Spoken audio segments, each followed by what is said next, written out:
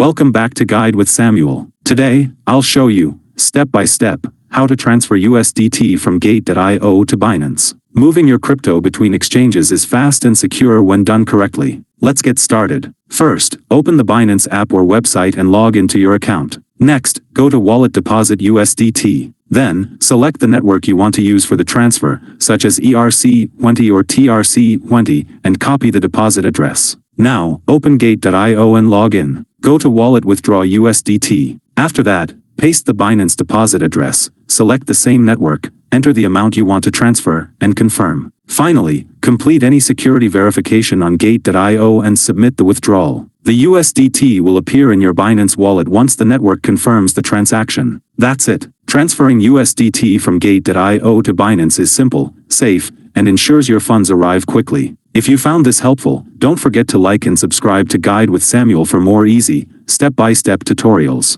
Thanks for watching.